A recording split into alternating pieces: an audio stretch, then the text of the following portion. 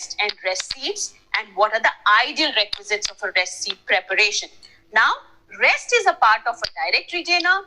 Rest can be indirect retainers, so they can be either ways they can function.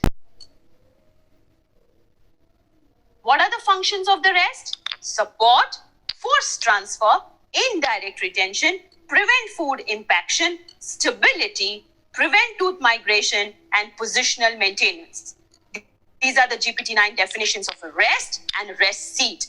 Rest is a rigid extension of a removable partial denture that contacts the occlusal, cingulum, incisal, lingual surfaces, and it's commonly prepared to receive it. That means the rest seat is, the rest seat is what is receiving the rest within it.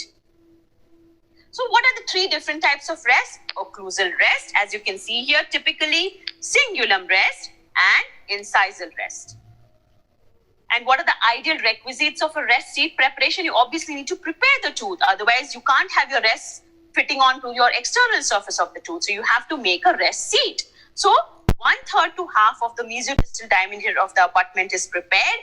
Then you have to prepare it spoon shaped. See, very typically you can see this diagram here that this is a spoon shaped rest seat. It has to be deep in the center of the tooth. It has to be less than 90 degrees at the marginal ridge area, and it should not interfere with occlusion. Very, very important. So ideal requisites of rest seat preparation, a must read again, and the different types of rest with the diagrams is something you must read.